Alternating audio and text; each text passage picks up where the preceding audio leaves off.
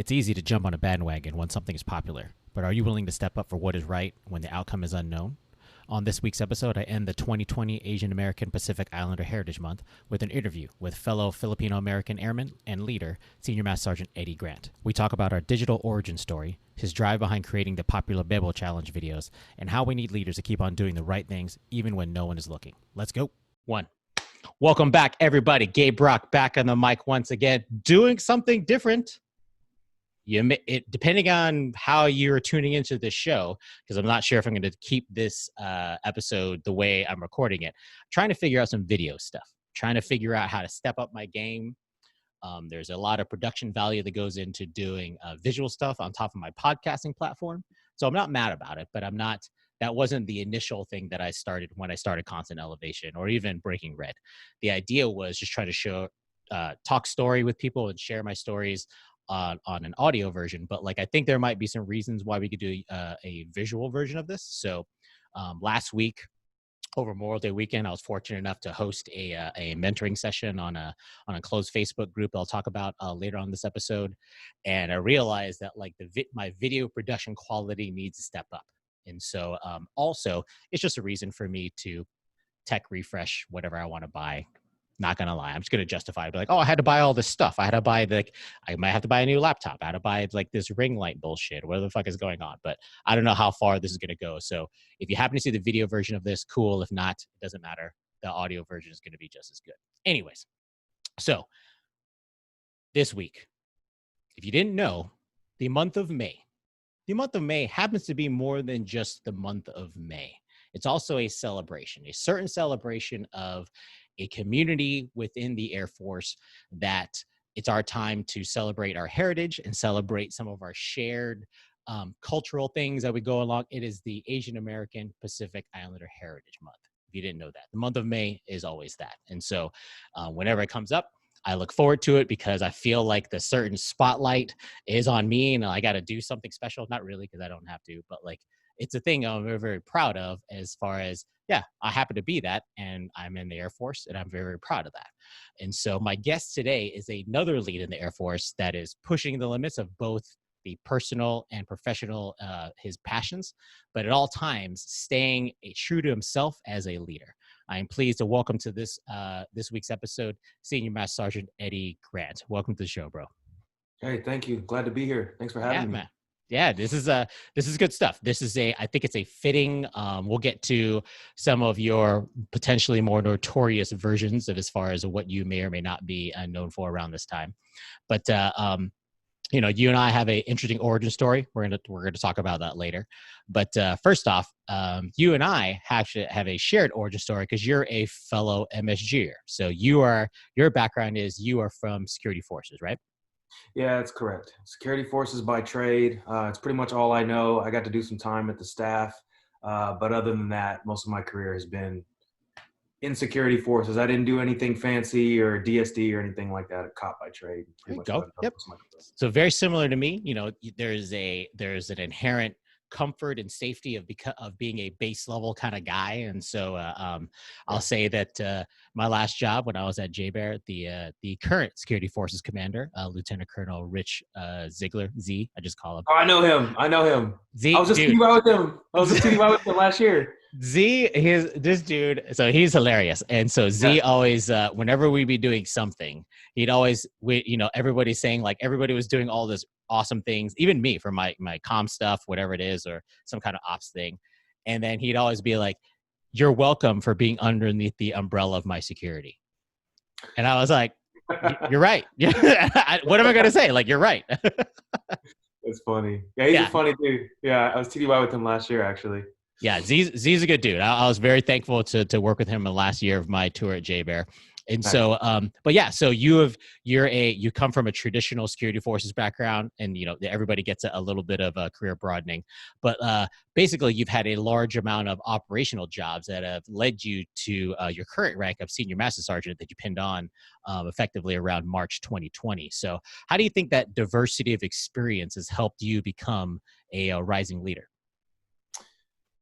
So to be honest, when I think about what has gotten me to Senior Master Sergeant, I don't think about necessarily the different job titles or even the people, I think about the screw ups. So um, really what got me here so quickly, I think, is the screw ups. When I was an airman, I got in a lot of trouble, almost to the point where I had to see my way out of the Air Force. I got some punishment, some command level punishment.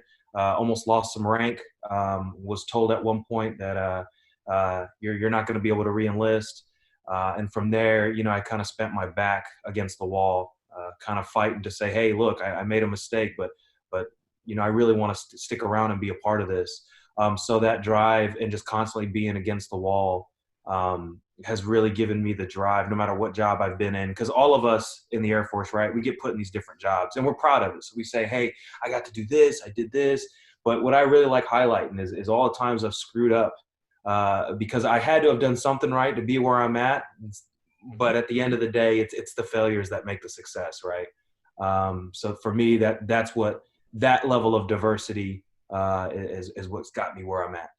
That's a great way of putting it. There's a lot of people who, they kind of see their career as like, hey, I got all these positive pegs in my ladder. It's like, yeah, so I got this awesome job, and then I became an NCO or CGO. I got this next one, and like they see those things, and like those are the things that they have pride in. But your response when I ask you, it's not necessarily that. It's a thing of, no, I had to learn through experience. I had to learn through the mistakes that I've made, and those are important mistakes. I would argue that like your leadership style and the way that you carry yourself is built on your mistakes. Same thing for me. I have made my share of things that not necessarily when I changed them. It's just that I learned something from them. Sure. And then hopefully didn't repeat them. But like that idea of making sure that, and I think I was talking to another, he's a force support officer. We were talking about this last night, and I said, there's something unique about being an airman. I honestly believe, compared to the other services, airmen, we kind of, we're okay without making mistakes, in my opinion, anyway, because that we move faster. We're a little bit faster with everything because the mistakes are just learning points, right? And so if throughout your career, because you've been successful enough to kind of make some mistakes and learn from them, that's what earns you these opportunities to perform at a different, higher level of responsibility or higher level of rank. And so those are the things that separate, I believe, an airman from any but other service, is that we go fast. We go really, really fast. We go the idea of 80% execute that violently. I don't really care. I just want to get stuff done because that's what's important to me. We take care of our fellow airmen, and that's going to be the most important thing, and our fellow service members. But those kind of things are what I believe separates us from the other services. It's just like we're comfortable with making the mistakes because they're not mistakes; they're just learning points, and that's all that means in the larger picture of everything. Yeah, I completely 100% agree because Yeah, man. any leader can, at some point they've done the right things, right? All of us can say, hey, I've gotten this award or this degree. But to get where you're at, officer or enlisted, and to say, hey, well, at one point, I was here. I always tell people when I forget something or I make a mistake or I do something wrong with simple math, I'm like, hey, my bad. SF with 40 ASVAB. It's like I got no shame. I got no shame at all. I pride myself on that. Yeah. Yeah. It's like those are the things I'm most proud of. It's not the shiny objects. It's like that. This is a kid. Never went to public high school. Held back 2 grades, made nothing but F's. Spent 4 years in alternative school. Barely scored high enough to get in the Air Force. Got in lots of trouble my first year in the Air Force, and 15 years later, here I am. So those are my shiny trophies. That's right. That's awesome, man. Those are kind of things of like, no matter what path any of us choose to come into the Air Force, and it could be from a prestigious, whatever path happens to be, you choose to raise your right hand and serve in whatever service, and specifically in the Air Force. Yeah. What's going to matter is game time. Like you're here, you're wearing the uniform. Let's see what you're going to perform here. And I think the performance of everybody ends up becoming the delineator of how different leaders kind of choose to be, and it's a potentially a ingredient of where we came from. So I'm a huge believer in the diversity of our backgrounds, as far as offers up why also the Air Force becomes a large opportunity to take the best of breed, and we're just going to take whatever works is going to work, and then we adopt that, and becomes there's no pride in where it comes from. It's you could be proud of it, but there's no pride of it, like, oh, I don't want you to just I don't want I need you to keep it exactly what it is. Like, no, you're going to offer it up Simba style to like the bigger Air Force and the bigger picture, because that's what you're all about.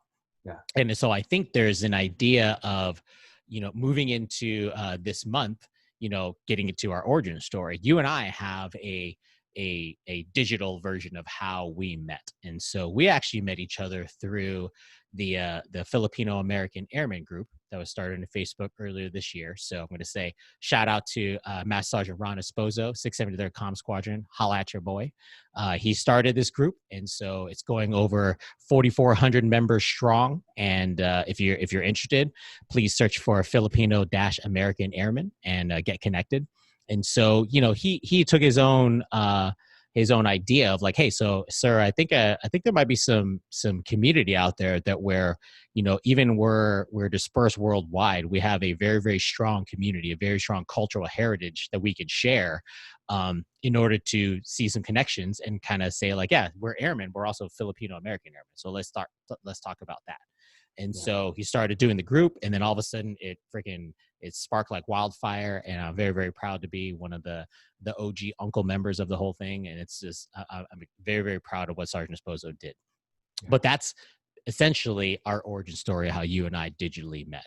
And so I want to ask you, what did you find most empowering about having a group like this to share and participate in throughout the world?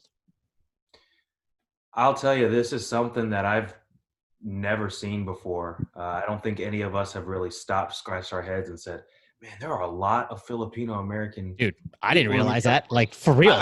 I didn't either. So seriously, I second that, for Sergeant Esposo to create something so massive. All these people from different walks of life, different ranks, stationed all around the world. I think social media gets such a bad rap, but what he did really shows that social media, if used the right way, can be a very, very powerful tool, far beyond what we could ever imagine, because he essentially took the entire Filipino-American community and put them in one gonculator. And that's a pretty strong equation, so. Oh yeah.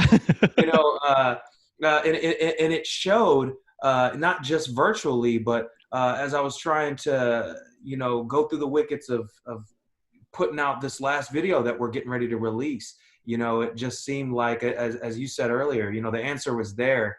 There were some roadblocks, but some of the people that were able to lift those roadblocks, they were Philams, and it's just a beautiful thing that we can connect this way, not just virtually, but through that page. Like, oh, you're stationed here? Oh, wow. You're So it's pretty incredible and a very beautiful thing at the end of the day. So it was definitely, and he could, not that he necessarily knew this was going to happen, but like, you can't plan. Nobody could plan for the coronavirus, COVID-19 kind of pandemic going on, right? And so in this idea where we're struggling to find, because we have to be physically separated, is there some way that we can kind of work towards still remain connected? And like, so again, he didn't know, nobody knew that was going to happen, but the idea was he started it out of his own just volition as far as what needed to happen. Also, pause, spoiler, Sergeant Esposo, this is the direct peer pressure. Please, everybody in the Airman group, message him and be like, you need to go on Colonel Villa's show. Like, peer pressure the shit out of him, because not that he's going to be scared, but like, he needs to come on my show down the road. Unpause.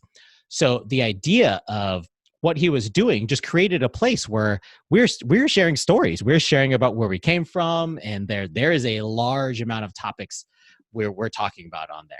And as far as like cultural things of how we feel like we're represented in the Air Force, how we're represented in our communities, how all of us, we grew up as certain cultural backgrounds that we can always share humorous stories about. And I credit to him and the rest of the admins of the group, where this wasn't going to be just like a meme where they talking shit about just Filipinos and anybody who's not Filipinos. It really became like, and it still exists as a place where you can ask questions. You can ask questions and in a safe space to be like, hey, so I experienced this. Hey, is there anybody who's a maintenance officer? Is there anybody who's a security forces officer? I have a question about this or that. And you can ask it directly with someone who you already have like a built-in connection with, because you have a cultural background that you share. And therefore it's just a quicker, faster road to have better connections to being airmen today around the world. Yeah, absolutely. Really powerful tool. Yeah. Kudos to them. Yeah, man. So in early April, I'll say, it was mid-April, early April, you started this little thing called the Bebot Challenge. So Bebot Challenge, for anybody, the Bebot song, if anybody hasn't heard it, it's a Black Eyed Peas song. And so very much a cultural, I remember when it came out, I was like, damn, I have never heard this kind of song. It was a mainstream hip hop song, whatever you want to call it, released by the Black Eyed Peas, that was like legit it was representative of the Filipino culture. And I was like, oh, dang, this is kind of a cool thing. So it was back in I don't even know when the song actually came out. Regardless. 2005? Yeah, 15 years old. I was, oh, okay. Oh, we're going to do that. Then I was I think I maybe have been a senior first lieutenant. That's not even a fucking real thing. I was a lieutenant or a captain. It doesn't matter. There was a thing, and I remember I was like, oh shit, this is actually happening. Yeah. So the song came out 2005, and it was an awesome thing. And then somehow in early April, I get tagged on some random Facebook discussion thread about like, hey, so we're going to create this video celebrating Filipino-American heritage to this song. And I'm going to create, and it was from you. And I don't remember, I'm not kidding. Like, all I remember is, I don't remember how I got tagged on this conversation. All I remember is I woke up and then there was like 673 messages in my inbox. I'm like, I'm scrolling, dude, like, I don't know what all this is. And it's whatever. And so it was a whole thing of, and it was started by you. And I saw you as being the moderator and be like, hey, so I want to start this thing. I want everybody to show this. I want to get diversity of rank and show exactly some of the background of what makes us a strong Filipino culture, and then how we can start this to kick off the Asian American Pacific Islander Heritage Month in May. So I want to ask you, like, what was some of your motivation to want to start that? Honestly, I saw the Don't Rush challenges. I saw the African American pilot Don't Rush challenge, but like, they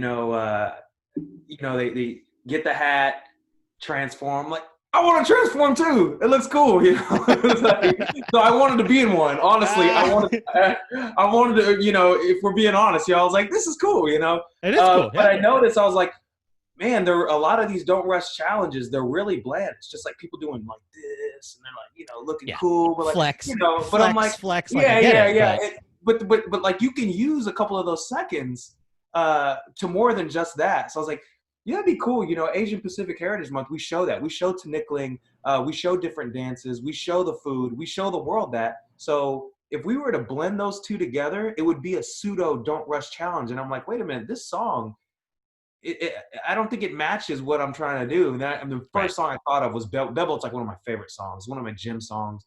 I'm like, initially I was like, hey, I'll leave it up to you guys, but I think this song would be better. And everybody that, I put the message out there on the Phil-Am page, and every person that commented, I just threw them in a chat. Even if they tag somebody else, like, everybody's going in the chat. So like right away, like 15, 16 people leave the chat. Dude. It's like, the first message I get is, I'm not being you are not about to have me a part doing some video like this. Goodbye. Really? There are some people who are like, nah, I'm good. And so I messaged people. Wow. I was looking for certain AFSCs, and when this first started and was just an idea, I messaged people directly, and there were a lot of people like, nah, this sounds weird. And so so a couple people, there was even some that said, hey, this isn't going to be in line with my career goals. And, I'm thinking, that's lame. Yeah. That's that's my lame. face. What are you talking about? Yeah. So, I really commend the key leaders, yourself, Lieutenant Colonel Dye, Colonel Stevenson, some of the first leaders who stepped up and said, this idea is cool. I'm going to put my neck out there and support this. And then it blew up. And then after it blew up, everybody wants to be a part of it. Of course. What? No. Yeah. Bro, what do you mean? If something got popular and everybody does get on it, get the fuck out of here. That's so weird. So. Exactly. And that's probably been one of the frustrating things, because I want to accommodate that. Because going back to what we said, the Phil-Am page is a really beautiful thing because we have so many people from so many different jobs. And you want to show that as much as you can. But even extending the song, it's 5 minutes long, right? Yes. It's only 5 minutes. But like when you get 700 videos, like, what am I going to do with all these things? And like, Exactly. And I remember when I had like 20 people in the chat, they were like, I didn't even get all their videos, but I was like, oh my gosh, there's like 20 people that are interested in this. This is so cool. It's so cool. You know, I was like, I got a captain that's willing to do this. This is so awesome. You know, like, now we got GOs and we have the ambassador and Black Eyed Peas and Brandon Vera. So the whole thing, I never thought that it was going to blow up the way it was. I thought it was going to be something cool we could share on the page, something that a couple of us could come together, make something cool, chuckle at, and kind of share with us or share with your friends. I didn't think it was going to blow up the way it did. Right? Like I was only the one person potentially that I really cared that I wanted to see this video was my grandma back in Hawaii. Like, I know, Grams. And she wouldn't see it because she's not on Facebook or any kind of social media kind of stuff. I have to call, Julia, I need you to put your video on your phone, go to the house in Aiea, show Grams a video and be like, oh, this is Gabriel just doing random stuff, whatever it is. And so I agree with you. The ideal was when I first saw the first conversations, I was like, oh, this is cool.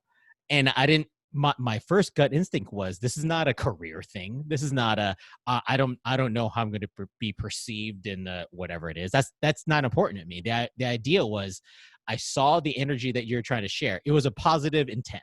You wanted to celebrate a certain version of the Asian American Pacific Islander Heritage Month from the Filipino perspective. I'm like, yeah, so that's me. So I'm all about that.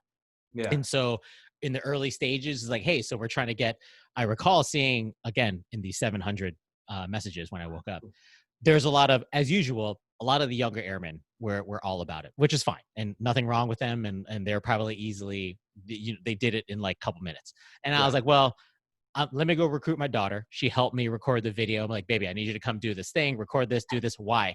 Just don't question me. Just do this, please, and figure it out. She understands at some point in time when she saw me starting to do the weightlifting. She's like, am I recording you doing weightlifting? I'm like, no, this is a different thing. It doesn't matter. So the idea was trying to, like you said, just kind of lead from the front and be like, hey, so we got a lieutenant colonel of another MSG, a cyber ops guy. But like, yeah, we already got him on board. Would that make potentially everybody else feel more comfortable about your efforts of being a positive thing? There's nothing political. There's nothing official. It's just a celebration of who we are as a people and a celebration of who we are as airmen, and that we're proud of our unique kind of perspective that we offer to the Air Force. Because like I said earlier in the episode, I believe the diversity of thought and the diversity that we bring to our service just adds to the flavor, right? It adds to the goodness that comes with it, because all of our cultural backgrounds provide something positive. And so I was like, no, this is easy. I'm going to do my thing, submit the video, and then boom, some freaking magical stuff happens. So I'm going to ask you to bear with me, because I'm going to read some credits that I can show here. So the Bebot videos, and I'll say at least version 1, version 1.1, version 2, we'll talk about like some song copyright kind of stuff. But like, you got airmen, like airmen,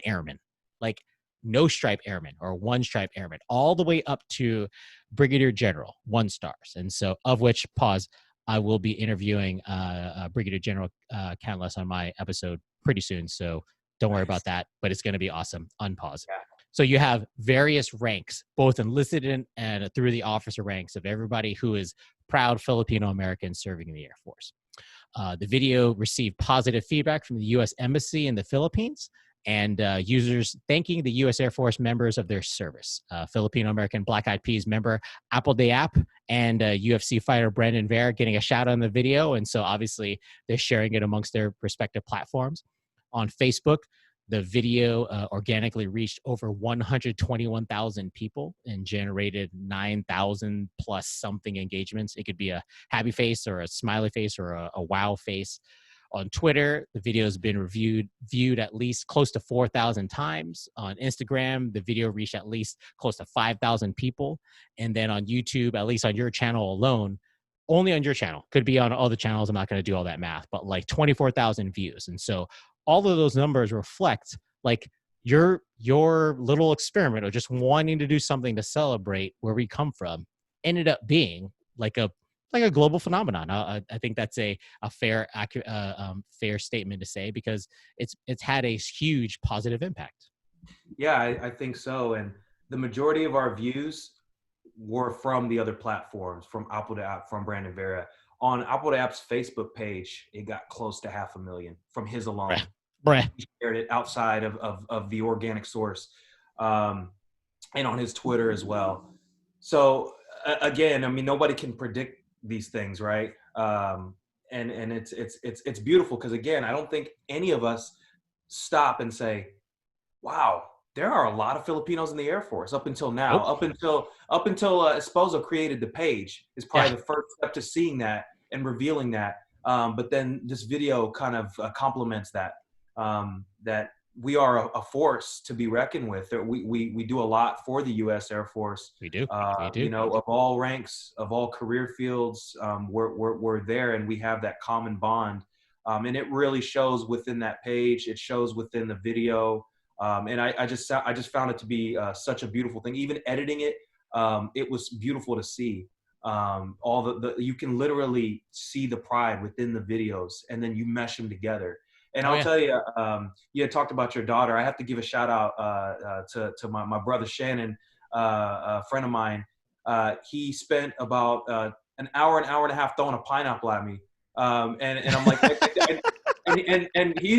and he's a Holly, like he is I don't think he's been around too many Pinoys, and he's like, hey, I got you. You need me to do this, I'll do it. You know, so we got the camera set up. I'm like, all right, so I'm not going to look at you throwing the pineapple. I want it to actually hit me, so it's by surprise.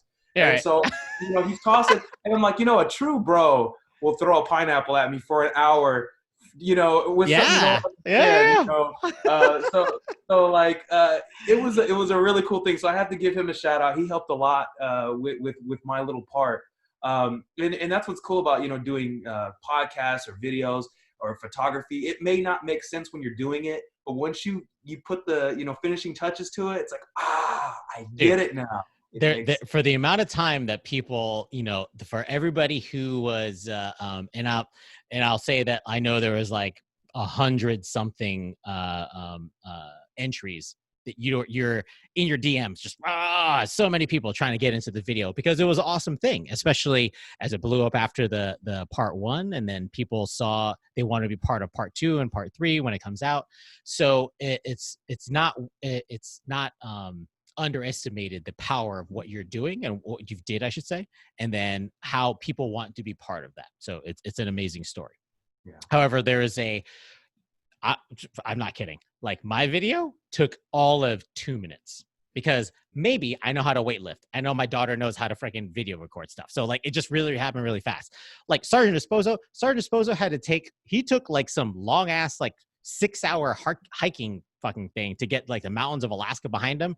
And then he's like, he had to shave his COVID-19 beard. It was all scraggly, like Castaway. And so like, there's a lot of people who put in, because they knew how important this was to try and represent our community and make sure that they wanted to be, as much as possible, they want to be part of it.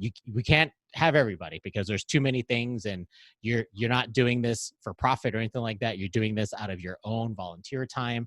And so I want to thank you for all the time you put into this, because it's just you're doing it because you're doing it out of the where you believe is the right place in order to represent where we come from in an important month without the year, or throughout the year, and just be like, no, this is what we need to do, and this is who we are. And you've the video shows just all the, creativity is going to win. Like if you're showing, you're dropping fire, your stuff is going to get freaking represented. And so as I watch it and I see some of the draft stuff that you send me, it's like, oh dude, this is good stuff. Like I'm not mad about any of these things that people are submitting. So a couple of things on what you just said. I think you'll find this funny is I use your video for people who continuously throw their hat the wrong way and submit it to me. I literally use your video. I send it's 9 seconds. That's how I know your video is 9 seconds. I send your video specifically because yours is not too intricate. The hat is thrown perfectly from the audience's left to right, and it's thrown perfectly to the right. I always use your video. I had one person, I had one person say, oh, well, are you showing me the CrossFit or are you showing me the hat? I'm like, I'm showing you the correct direction of the hat. I was like, yeah. And it's like, and then that's awesome. This is funny. So I have to throw this out there. No name, but somebody sent me a video of them about 5-6 times. And the hat was thrown the wrong way. And I said, hey, look, watch this video. So I sent your video. And the next time they sent me a video, they threw it angry. So they're in their office and they're like, oh God! I'm like, I'm not gonna use. Are you trying to send me? What are you doing? Are you not entertained? So it's funny, but yeah, multiple times I've shared your clips specifically to show people like, hey, I know it may not make sense in the wording, but just watch this.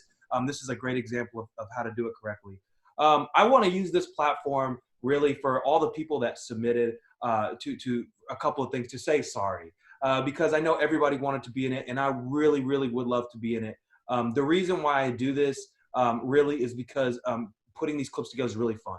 That's honestly, I am Filipino-American. I love the fact that we get hundreds and thousands of views, but really, I truly just enjoy video editing. That's the real reason I want to keep doing it. Yeah, man, it's awesome. And I'm proud of my heritage, but other people are proud too. And other people have, now that they see the smoke is clear, we have more people that put in. And, I do want to say sorry for the people that have really taken the time to make quality submissions, and unfortunately I've had to make some decisions where, wow, I wasn't in it. And it's unfortunate. But I just want to keep, for everyone to keep in mind that when we put stuff out, once you put stuff out to the world, you can't take it back. And really we could, if you put out something the wrong way, if you don't put out the absolute best quality, we could have ended up being the butt of jokes. Filipino. Oh yeah. I didn't think about that. Yeah. It could have gone the other direction.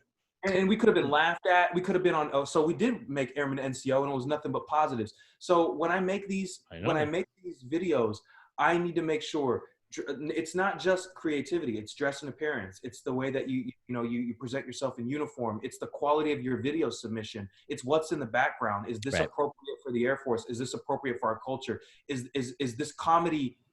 Is it good, clean comedy, or is it something that could be perceived a different way? I have to factor in all these things, because at the end of the day, if we put out something that, we're the butt of jokes, I'm the single point of failure for that. So it's like I'm putting our culture on my shoulders.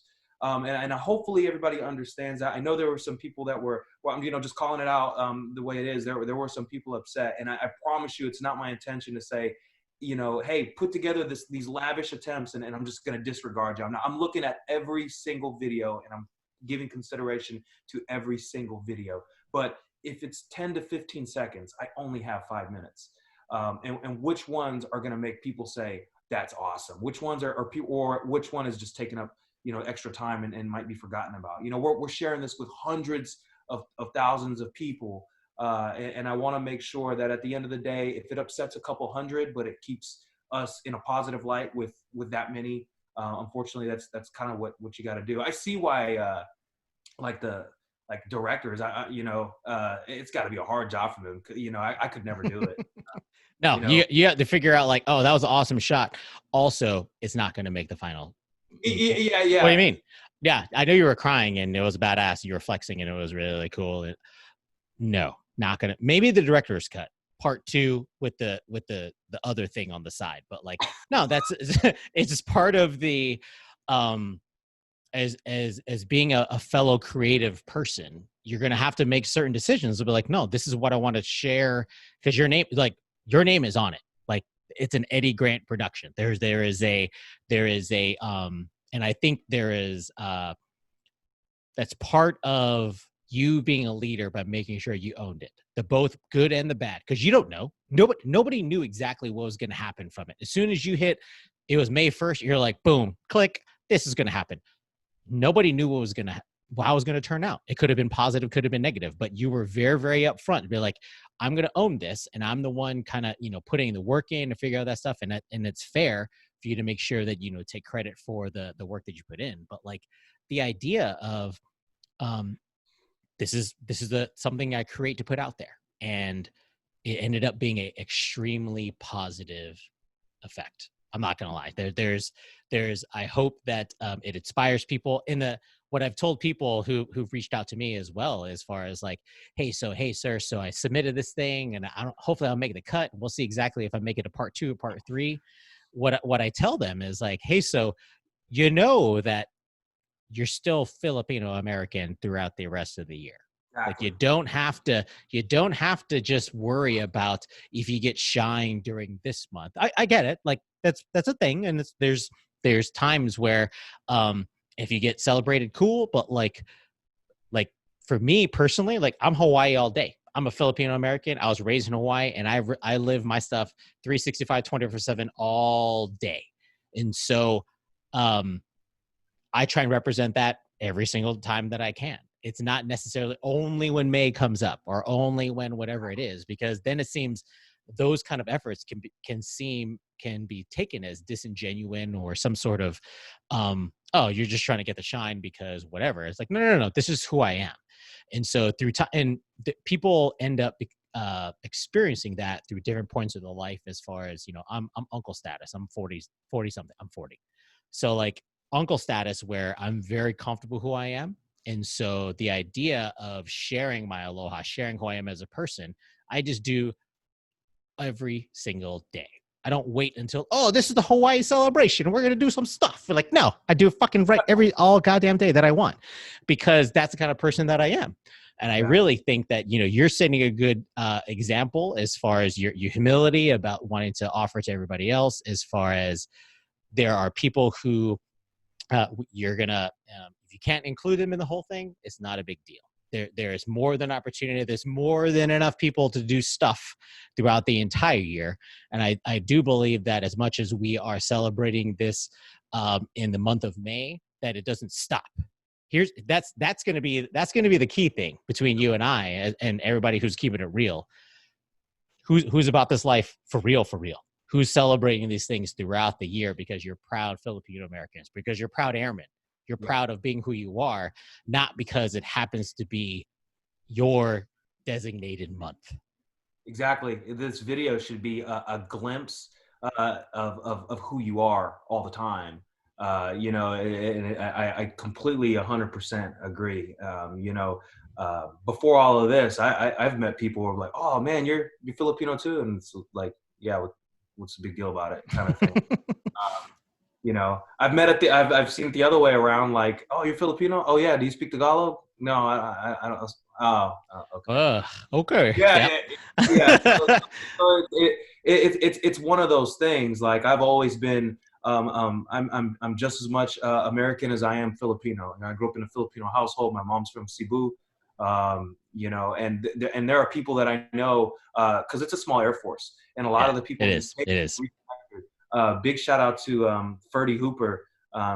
We were on the same Asian American Pacific Islander heritage group in 2015, and he just absolutely loves Filipino pride. And you can see it.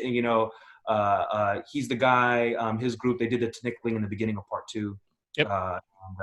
And he's going to be in part 3, and he just he's an example of someone that's just genuinely proud of who they are. And I'll tell you, I'm proud of being a half, because I tell people that, you're like a pot of gumbo, and I grew up in Georgia. I grew up around a different, diverse groups of people, and that's what makes a lot of flavors in my gumbo. You True, know, true. so it's one of those things. You know, be proud of who you are holistically. Because that's what makes you unique. Yes, So I think it's so as much as you and I have enjoyed this last month, and it's been interesting. You know, normally at a certain base, there's going to be some festival, right? We're going to go into a hangar. Guess what's going to be? Food, dancing, food, more food, and then other food, and then other food over there, because that's what we do as Filipinos, or the whole Asian American thing, and it's awesome. Those things are not available to us now, and it's we have to find alternative ways to stay connected. And I'll say that it sort of filters out like who's actually about this life, who's actually going to try and celebrate the positive things. We're not trying to find divisive things as far as like, oh, you're not a real, oh, you're a hoppa, like, get the fuck, like, no, fuck you. yeah, There's an yeah, idea of who's actually maintaining these positive things that we know exactly from our cultural heritage that makes us strong communities, that makes us strong individuals, and as that flavor, like you said, to the gumbo, as the gumbo of the Air Force. And I truly believe that. And so we'll see exactly what happens at the end of. I care, don't care, because the real people are going to recognize what we do. yeah. If you're part of the Phil Airman group, don't be that guy or girl. Make sure you maintain that same energy throughout the entire year.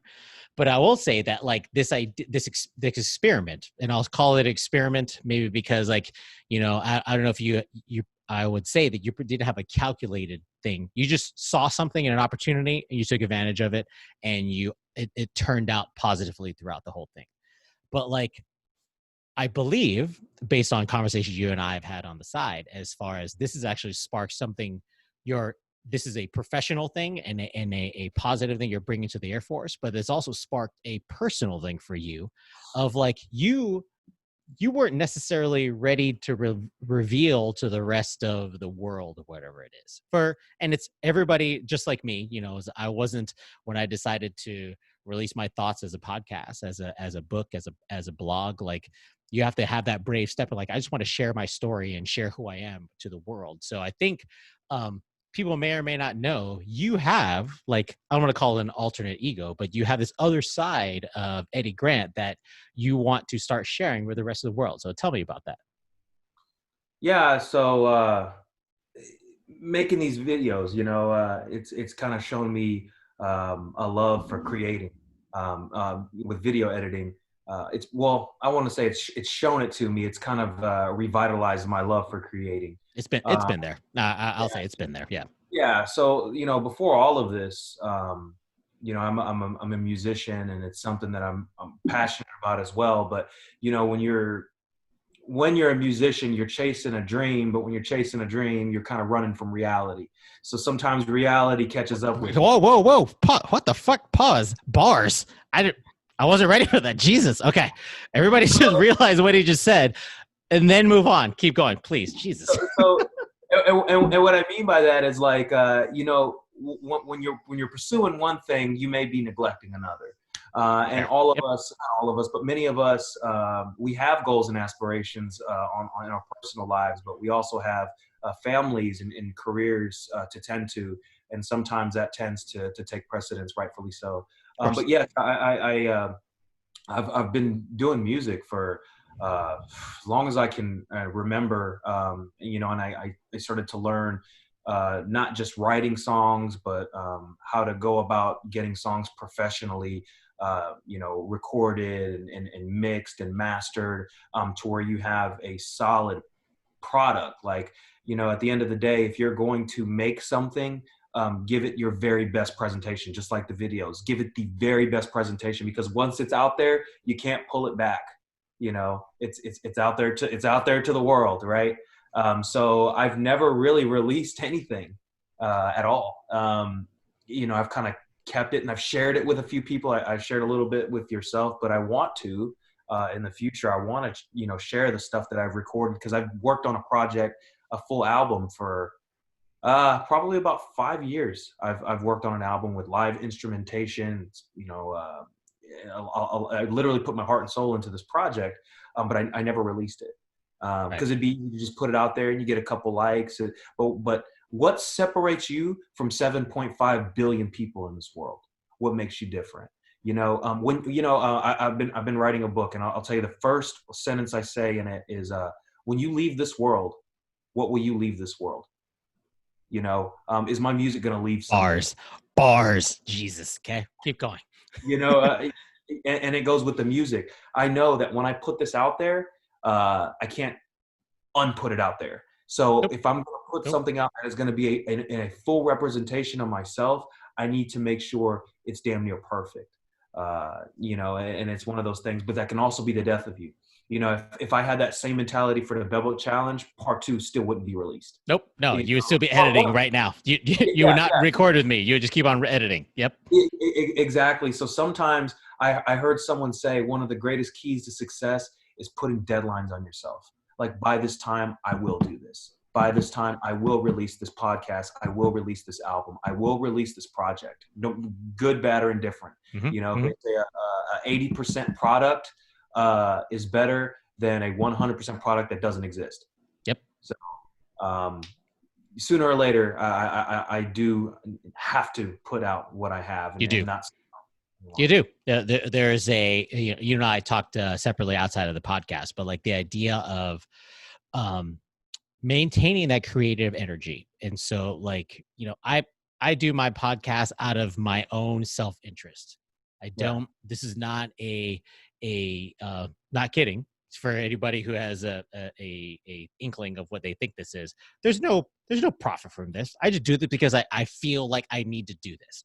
I feel like I want to offer myself as a platform to talk about leadership and developing rising leaders, connecting with legit leaders like Eddie. And I just want to be like, no, this is what I want to talk story and share my things, because that's the kind of positive things I want to put into the world. There is no designated bottom dollar sign underneath that. But the idea is we're just staying creative.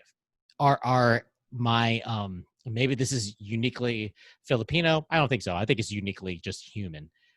People who feel creative, we just have to do stuff, and we have to put our energy out in the world, and it just needs to be out there. And so my creative energy happens to be bullshit about my words, and happens to be about bullshit about how I talk about leadership, how I talk about wanting to be a good person in my own unique way that has zero attachment to be any official Air Force thing. It's not. I should have said this. Someone told me, Esposo told me this earlier. Maybe I should have some official disclaimer. This is not the official thing of I don't give a fuck, because this is my goddamn show. Say whatever I want. This is our expression of ourselves. This is our expression of who we are as men, who we are as individuals in this world, and how we choose to express ourselves. And like, I've listened to your music, and it's there's some bars, there's some stuff in there that I'm like, dude, you just do it. You need to send it and to share it out with the world. And I think throughout the experience of the Bebot challenge, hopefully that kind of sparks you to kind of get some stuff going. And I'm willing to, whatever it is from my platform, my small little platform, I can help you out. Or it doesn't even matter. I don't care if 6.73 people listen to this stuff. You just need to just share your energy out there, because there is a positive effect that even if it affects one person, that is enough. That is enough, because I think you are not trying to find the most massive things. I think you're trying to find the right people to inspire the next generation. You and I talked about before we started recording. You and I we're not old hat, but like, we got to get ready to the next generation. We're looking at those NCOs. We're looking at those CGOs to be like, I don't care what background you come from. You don't have to be Filipino-American or not. I want you to be a good airman and be a good officer, be a good NCO, be a good person. That's the thing that actually makes sense to me. And I want to inspire you to the right things versus any other bullshit that's going on. Yeah, agreed. It sounds very reflective. My dad used to say, son, I don't care what you do in this world, as long as you're a good person. And when you talk about leaving legacies, I think those go hand in hand with one another. Just be yourself. Don't be fake. And we see that all the time. People's agendas, their motives. Just be yourself. Going back to the video, I could say like the whole sole purpose I'm making these videos is because I'm just so proud to be Filipino-American. I am. But the true reason Of course. it keeps me going is because editing's fun. Like I just like doing it, and I like connecting with people and putting it like it is super fun to have somebody say, "Hey, I don't know how to put these two videos together," and then I speed it up, line it up, and like the transition is perfect. I'm like, and then that's why I want to share them. This I drop them in the chat group. Like you gotta see this. Yeah. Cool. It's fun. Like be true to your motives. Be true to who you are. Be yourself. Because at the end of the day, no one can do it better than you. Everybody else is already taken. So it's like just be who you are. I always tell people like if someone's weird, that's a good thing. If someone's a weirdo, that's probably a good thing because they're showing you everything up front. If somebody's too cleaned up, too perfect, they might have dead cats in the closet. So yes. Oh, okay. you know what I'm saying? So just be weird, be yourself, like and you have as us as airmen, you have yourself, your walk of life, the way you grew up, your ethics, your principles, and you have what the Air Force indoctrinates us to be great leaders. You have to be able to maneuver both to be an effective leader. If you go this way too much, they're not going to buy what you're selling. If you go this way too much, the Air Force isn't going to buy what you're selling. Nope. So you have Nope.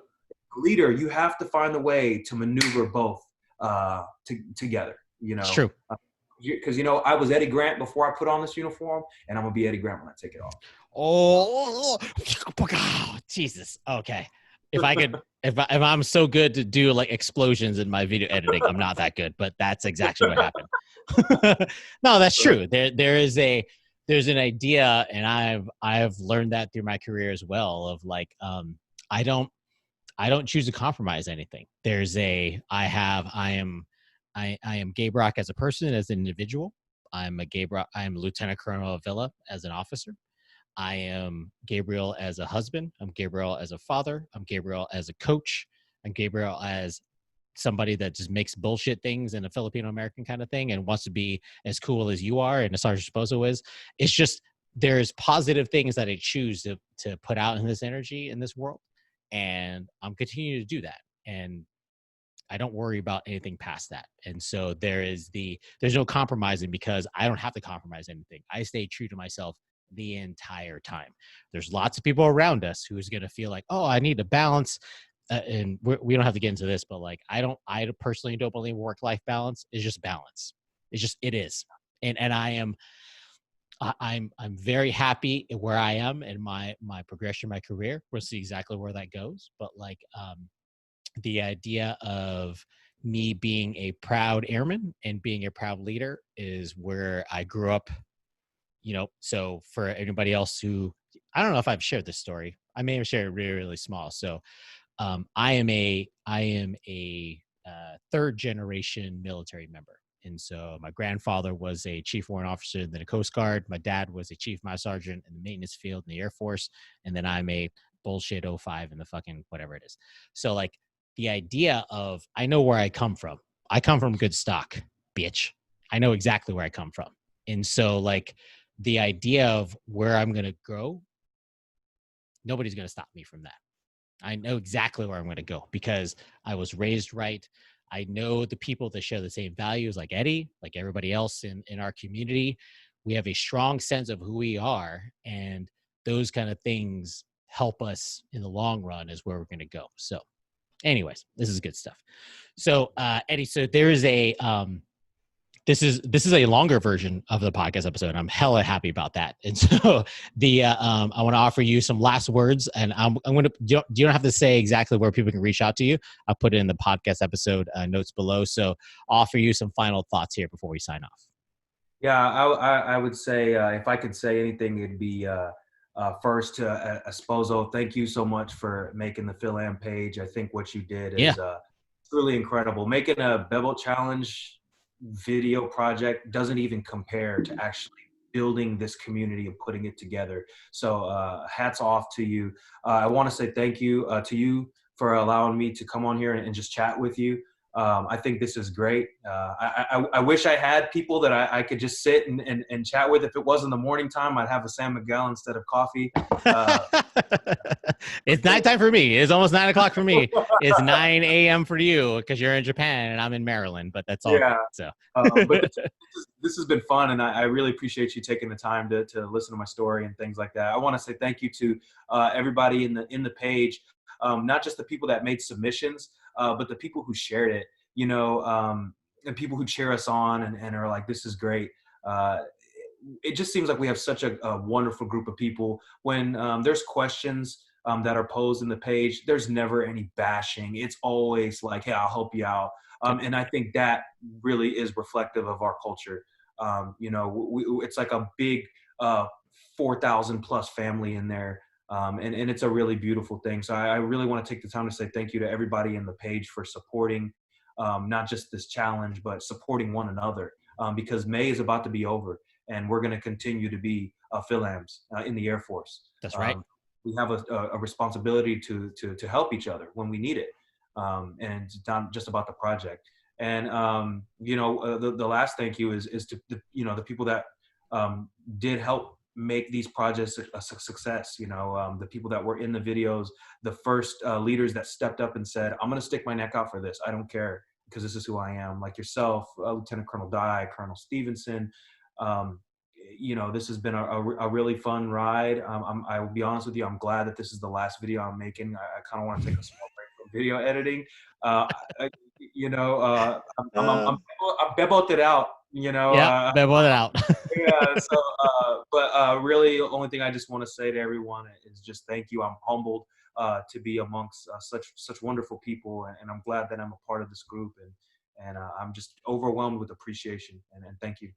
Yeah, man, that's awesome. This is a super positive message, and I'm going to end it with a positive but also challenging message. So the end of May is going to be, what is this, like Sunday? The end of May is Sunday. Mm-hmm.